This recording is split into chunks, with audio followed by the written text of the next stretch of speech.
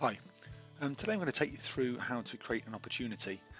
Creating opportunities is one of the more complex operations, simply due to the amount of options which you have available to you to actually give you the flexibility to create the different types of opportunities. So let's start from the beginning. To create an opportunity, if you go to Opportunities and Providers from the upper menu down to Create Opportunity, first of all you select your provider. Now obviously if you're logged in as a provider, then you don't get that option. You can only create opportunities on your own behalf. But as an admin, I can choose from any provider. You put in your name. Now, for this demonstration, obviously, I'm not going to take time to actually fill out this correctly, but this is probably the most important two fields when creating an opportunity. You have to make sure it sounds interesting. There's quite a few examples here, and there's a few tips. So if you click an example there, it gives you some examples to kind of guide you through this. But yeah, really think about the wording for the opportunity name and description. I'm just going to call it opportunity name and description. Then we've got benefits and perks. So it is useful. It does make a difference if you put in benefits and perks. I think it's mainly due to the fact that it kind of gives the volunteer the feeling that they're being valued. So even if it's something as small as free tea and coffee, then it's worth putting in there. Any skills required, so it's any skills required for the volunteer in order to do the opportunity. So if it was office based, for example, and it was doing admin, then maybe you'd say Microsoft Office skills.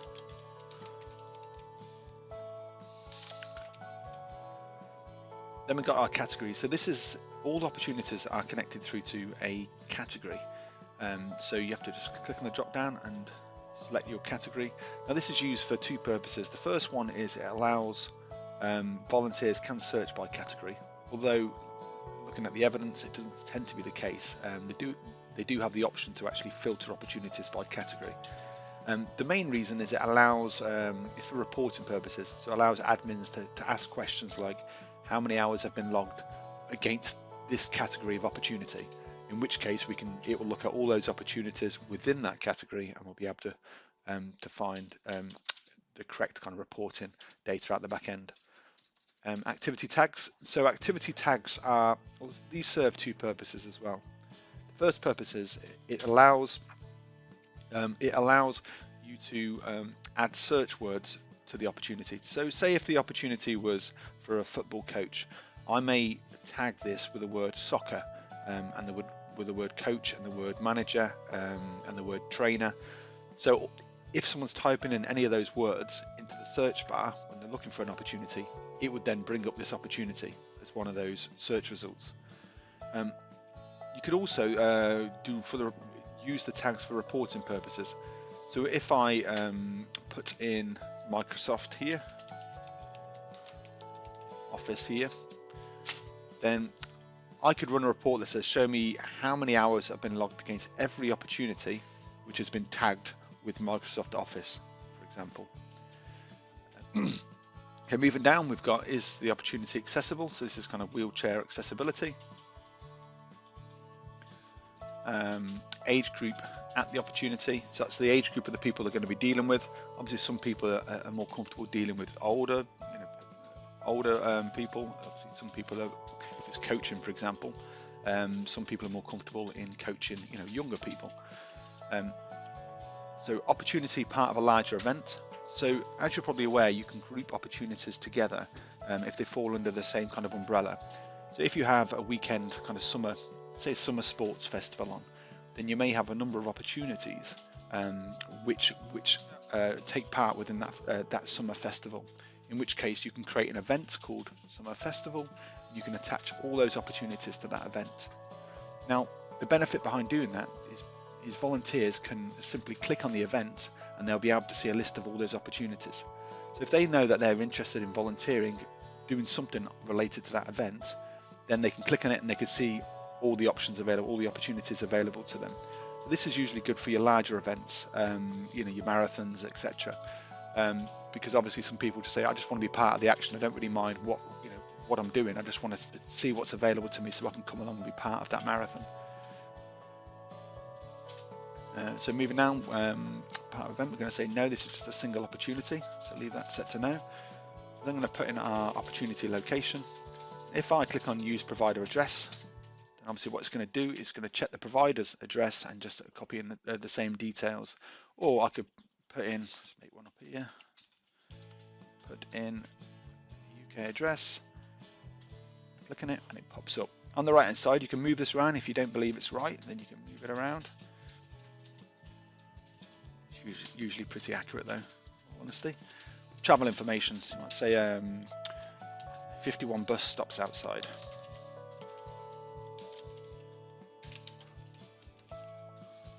Expenses paid, yes they are, up to £5. You can upload files and documents, so if there's anything you need the volunteers to bring along on the day, say it's a health and safety form or something like that, then you can upload those to the opportunity, which means that they can actually have access to them, download them, fill them out and bring them along completed on the day. This is a real advantage. It should really kind of speed up rather than people sitting there filling out forms, before they can start volunteering. Joining options. So this is one of the most critical fields. It's whether it's joining or applying. So a joining opportunity basically means first come, first serve. So there's no shortlisting kind of process. It's just if you say you need 5 people, then it'll accept the first 5 people and tell them they're successful, and then it'll prevent anybody else from joining the opportunity. If I say applying, then it will change the communication. So when they go to click on the opportunity, say they want to take part of the opportunity, it will say thank you for applying for this opportunity. You will be informed if you are successful at a later date.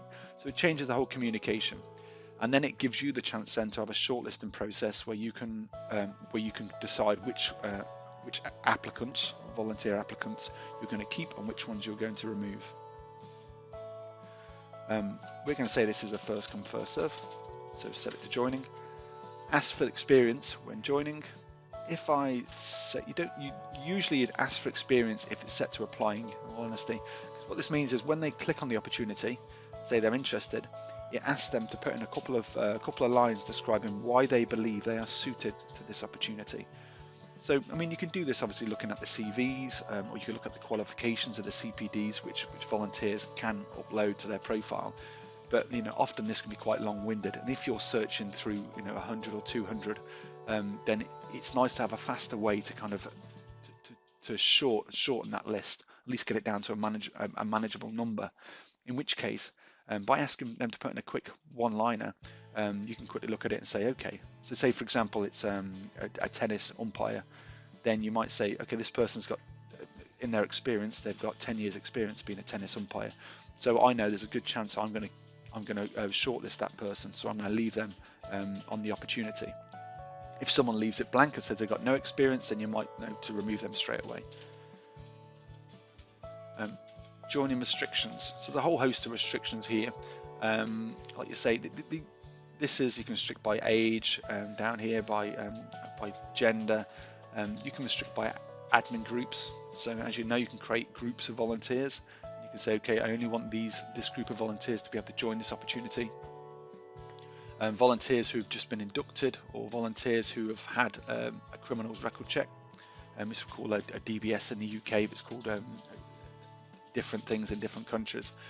But all these things are enforceable. So keep in mind that if you say yes, the volunteer must have a criminal records check, then they have to be recorded within this system as having a criminals record check for them to be able to join the opportunity. So make sure that you're not restricting the opportunity to either no volunteers at all if no one's recorded their criminals record check within the system, or such a small amount that it's very unlikely anyone's going to join it. So you've got to be careful about which ones of these you choose. Promoting options. Admins are the only people who have this particular field, so if you want the opportunity filled in kind of a quick time, so maybe you've only got a day or two to fill it and it's quite urgent, then you might want to pin it to the top of the search pages, which obviously means that it's going to appear at the top of all the volunteers' search results. Opportunity options.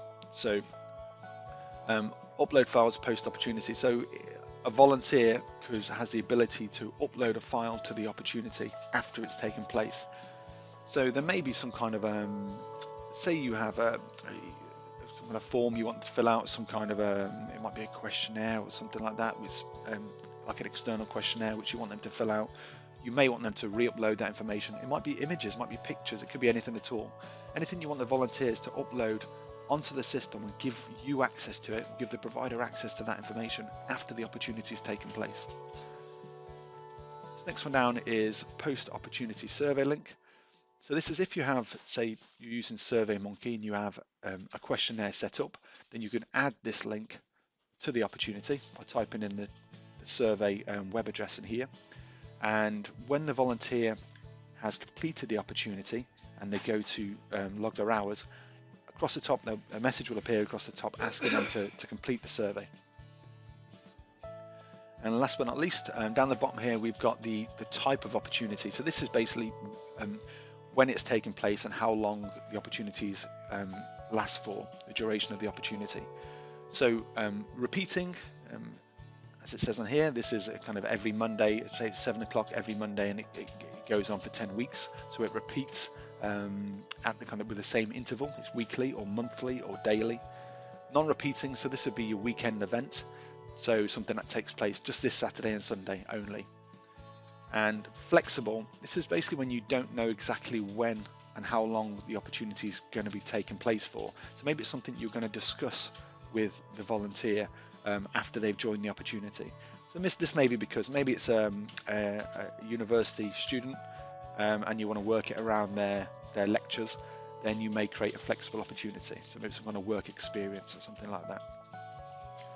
Once you've selected it, so if I click on select non-repeating for this one, say I just need them for 2 sessions, and I need them on this Saturday and this Sunday. Once you're happy with it, click on the add new opportunity, and that's it, that's your opportunity created. I hope that's useful. Thank you for your time.